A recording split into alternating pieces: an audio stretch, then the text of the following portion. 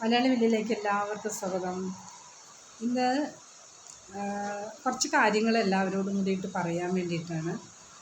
അപ്പോൾ എല്ലാവരെയും ഒന്ന് കാണണം, എല്ലാവരോടും കുറച്ച് കാര്യങ്ങളൊക്കെ ചോദിക്കണം, നിങ്ങളുടെയൊക്കെ വിലയേറിയ അഭിപ്രായങ്ങളൊക്കെ അറിയണം. അതിന് വേണ്ടിയിട്ട് മാത്രമായിട്ടാണ് വന്നത്. എന്താണെന്നറിയാമോ, നമ്മുടെ സമൂഹത്തിലിപ്പോൾ ദൈവത്തിൻ്റെ നാടായിട്ടാണ് നമ്മൾ അറിയപ്പെടുന്നത്, അല്ലേ? ഇവിടെ നിന്നല്ല, എല്ലായിടവും ഗോഡ്സ് ഓഫ് കൺട്രി എന്നുള്ള രീതിയിലാണ്. ശരിക്കും അത് ഗോഡ്സ് ഓഫ് കൺട്രി തന്നെയാണോ നമ്മുടെ നാട്? എന്തൊക്കെയാണ് ഇപ്പം നടക്കുന്നതല്ലേ? കൊള്ള, കൊല, ബലാത്സംഗം, പിടിച്ചുപറി, അങ്ങനെ എന്ത് കാര്യവും നടക്കാനായിട്ട് ഈസി ആയിട്ട് എല്ലാ കാര്യങ്ങളും സാധിക്കാൻ പറ്റുന്ന ഒരു നാടായിട്ട് മാറിയിട്ടുണ്ട് ഇപ്പം നമ്മുടെ ഗോഡ്സ് ഓഫ് കൺട്രി. ദൈവത്തിൻ്റെ നാടെന്ന് ഇപ്പോൾ പറഞ്ഞു കഴിഞ്ഞിട്ടുണ്ടെങ്കിൽ ഇപ്പോൾ നമുക്കൊക്കെ നാണക്കേടാണ്. ദൈവത്തിൻ്റെ നാടായ നാട്ടിൽ ഈ എന്തൊക്കെയാണ് നടക്കുന്നത്, അല്ലേ? ഞാൻ പറഞ്ഞ പോലെ കൊള്ള, കൊലപാതകം, പിടിച്ചുപറി, ബലാത്സംഗം എന്നിങ്ങനെ വേണ്ട, കള്ളക്കടത്ത്, പിന്നെ NDA, അങ്ങനെയുള്ള എല്ലാ കാര്യങ്ങളും എന്താണ് ഇല്ലാത്തതെന്ന് വേണം ചോദിക്കാൻ. ഇവിടെ എല്ലാ നാടുകളിലും എല്ലാ രാജ്യങ്ങളിലുമൊക്കെ നടക്കുന്ന കാര്യങ്ങളാണെങ്കിലും നമ്മൾ താമസിക്കുന്ന സ്ഥലങ്ങളിലുള്ള കാര്യങ്ങളല്ലേ നമുക്കറിയുള്ളൂ. പേപ്പറുകളിലായാലും അടുത്ത് നടക്കുന്നതായിട്ടാണെങ്കിലും ആരെങ്കിലും പറഞ്ഞു കേൾക്കുന്നതായിട്ടാണെങ്കിലും എല്ലാം അറിയുന്നത് അതേപോലെയുള്ള കാര്യങ്ങളാണല്ലേ. അപ്പം നമ്മുടെ കുട്ടികളെ നമ്മൾ സമൂഹത്തിൻ്റെ അല്ലെങ്കിൽ നാളത്തെ ഭാവിയിലെ വാഗ്ദാനങ്ങളായിട്ട് വളർത്താനായിട്ട് ആഗ്രഹിക്കുന്ന മാതാപിതാക്കളാണ് എല്ലാവരും, ഇല്ലേ?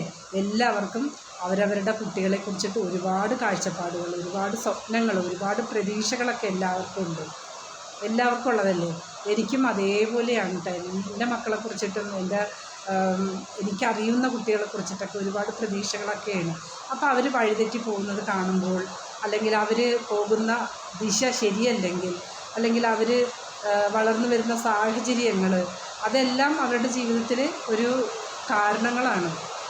പുറത്ത് നല്ല മഴ പെയ്യുന്നുണ്ട് കേട്ടോ. ഞാൻ ഈ വീഡിയോ എടുക്കുന്ന സമയത്ത് നല്ല മഴയാണിപ്പോൾ.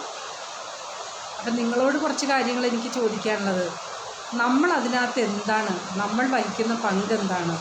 അവരുടെ മേൽ അവരിങ്ങനെ ആകാനായി നമ്മൾ ഓരോരുത്തരും അതിന് കാരണക്കാരാണോ?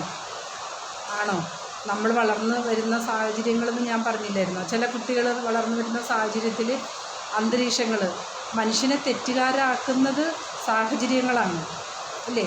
സാഹചര്യങ്ങളുടെ സമ്മർദ്ദത്താൽ ചിലവർ വഴിതെറ്റി പോകുന്നു, അല്ലെങ്കിൽ തെറ്റ് ചെയ്യുന്നു എന്നൊക്കെ നമുക്ക് ഊഹിച്ചെടുക്കാനായിട്ടൊക്കെ പറ്റും, നമുക്ക് കാണാനായിട്ടും പറ്റുന്നത് അങ്ങനെയൊക്കെയാണ്. പക്ഷെ അതുമാത്രമല്ല, സാഹചര്യങ്ങൾ മാത്രമല്ല നമ്മൾ വളർന്നു വരുന്ന, അല്ലെങ്കിൽ നമ്മൾ പഠിക്കുന്ന പാഠശാലകളിൽ നിന്നുള്ള അറിവുകൾ, പാഠശാലയിലുള്ള നമ്മുടെ ഫ്രണ്ട്സുകൾ, അതുപോലെ തന്നെ നമ്മൾ പുറത്ത് പഠിക്കാനായിട്ട് പോകുമ്പോൾ അവിടെ നിന്ന് കിട്ടുന്ന കുറച്ച് ഫ്രണ്ട്സ് സർക്കിള്, അങ്ങനെ സമൂഹത്തിൻ്റെ വാഗ്ദാനങ്ങളായിട്ട് മാറേണ്ട, നാളത്തെ തലമുറയിലെ വാഗ്ദാനങ്ങൾ ആകെ മാറേണ്ട കുട്ടികളെല്ലാവരും നമ്മുടെ മുന്നിൽ കാണിക്കുന്ന ഓരോരോ കാര്യങ്ങൾ നമ്മൾ കണ്ടു കഴിഞ്ഞിട്ട് നമ്മൾ കണ്ണടക്കുകയാണ് ചെയ്യുന്നത്. നമ്മളുടെ നിസ്സഹായാവസ്ഥ, നമുക്കൊന്നും ചെയ്യാൻ പറ്റാത്ത അവസ്ഥ. എനിക്ക് മാത്രമായിട്ട് എനിക്കെന്ത് ചെയ്യാൻ പറ്റും? എനിക്കൊന്നും ചെയ്യാൻ പറ്റില്ല. പിന്നെയോ അവരെ വളർത്തി വലുതാക്കിയ അച്ഛനും അമ്മക്കും അവർ നല്ല മക്കളായി കാണാൻ വേണ്ടിയിട്ട് അവരെ ദൂരദേശങ്ങളിൽ പഠിക്കാനായിട്ട് വിടുന്നു. അവരിവിടെ വന്നിട്ട് കാണിക്കുന്നതോ എന്തൊക്കെയാണെന്ന് അവരിട്ട് അറിയുന്നുമില്ല, ഇല്ലേ?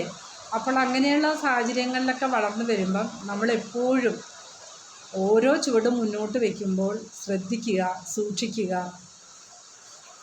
തന്മയത്വത്തോടുകൂടി കാര്യങ്ങൾ കണ്ട് വിശകലനം ചെയ്യാനായിട്ട് നമുക്ക് സാധിക്കണം.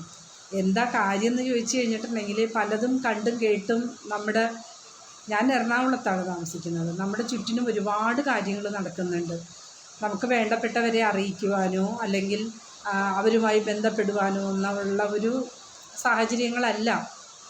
എവിടുന്നൊക്കെയോ വന്ന് താമസിക്കുന്ന കുട്ടികൾ, ആരുടെയൊക്കെയോ വീട്ടിൽ താമസിക്കുന്ന ആൾക്കാർ.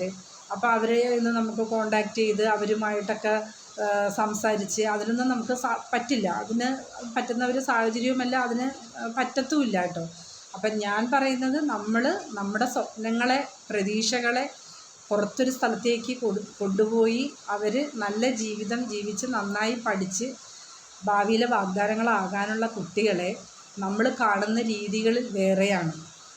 നമ്മൾ കാണുന്നത്, അതായത് അവർ വഴിതെറ്റിപ്പോകുന്നത് അല്ലെങ്കിൽ ദിശമാറി സഞ്ചരിക്കുന്നത്, കാണരുതാത്ത സാഹചര്യത്തിൽ കാണുന്നത്, ഇതൊക്കെ വളരെ എന്താ പറയുക, സഹതാപത്തിലേ കാണാനായിട്ടൊക്കെ സാധിക്കുള്ളൂ. അതൊക്കെ ആരോട് സംസാരിക്കണം, ആരോട് പറയണം, എങ്ങനെ അതിന് പ്രതികരിക്കണം, എങ്ങനെയാണ് അതിന് വേണ്ട കാര്യങ്ങൾ ചെയ്യേണ്ടത് ഒന്നും അറിയാൻ പാടില്ല. പക്ഷേ അതുകൊണ്ടാണ് ഞാനിപ്പോൾ ഈ തുറന്ന ഒരു വേദിയായിട്ട് സോഷ്യൽ പ്ലാറ്റ്ഫോമിൽ വന്ന് സംസാരിക്കുന്നത് തന്നെ. പുറത്തോട്ട് വിടുന്ന അച്ഛനമ്മമാരുടെ ശ്രദ്ധയ്ക്ക് കുട്ടികളെ വേണ്ട സമയത്ത് വേണ്ട രീതിയിൽ അവരെ കൊണ്ടുപോവുക, മാർഗനിർദ്ദേശം നൽകുക, അവരുടെ വഴി ശരിയാണോ, അവരെടുത്തിരിക്കുന്ന കാര്യങ്ങൾ നിങ്ങൾ അന്വേഷിച്ചുകൊണ്ടിരിക്കുക. പുറത്ത് വിട്ട് കഴിഞ്ഞിട്ടുണ്ടെങ്കിലും നിങ്ങളുടെ കണ്ണുകൾ അവരുടെ മേൽ തന്നെ ഉണ്ടാകണം. ആഴ്ചയിലൊരിക്കൽ അല്ലെങ്കിൽ പ്രതീക്ഷിക്കാത്ത രീതിയിൽ അവരെ സന്ദർശിക്കുക. അവരുടെ പോക്ക് ശരിയാണോ, അവർ ചെയ്യുന്ന ജോലികളിലുള്ള അത് ശരിയാണോ, ഇതെല്ലാം അച്ഛനമ്മമാർ ശ്രദ്ധിക്കേണ്ട കാര്യങ്ങളാണ് അല്ലേ. എന്നാൽ മാത്രമാണ് നമുക്ക് ഇവരെയൊക്കെ ഭാവിയിലെ വാഗ്ദാനങ്ങളെന്നൊക്കെ പറയാൻ പറ്റുള്ളൂ.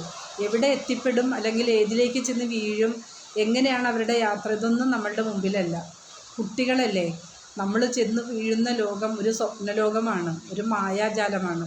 അവിടെ നിന്നും കൊണ്ട് അവർ കാണരുതാത്തതും കേൾക്കരുതാത്തതും അതൊക്കെ കണ്ട് വളർന്നു വരുമ്പം അതിലേക്ക് നമ്മളെയും ആകർഷിക്കും. ഒരു കാന്തം പോലെ അതിനകത്ത് ഒട്ടിയിട്ട് നമ്മൾ അതിനകത്തും കൂടി ഇങ്ങനെ ഒരു സർക്കിളായിട്ട് സഞ്ചരിക്കാനുള്ള സാധ്യത കൂടുതലായതുകൊണ്ട് ഞാൻ ഇത്രയും പറയുന്നതാണ്.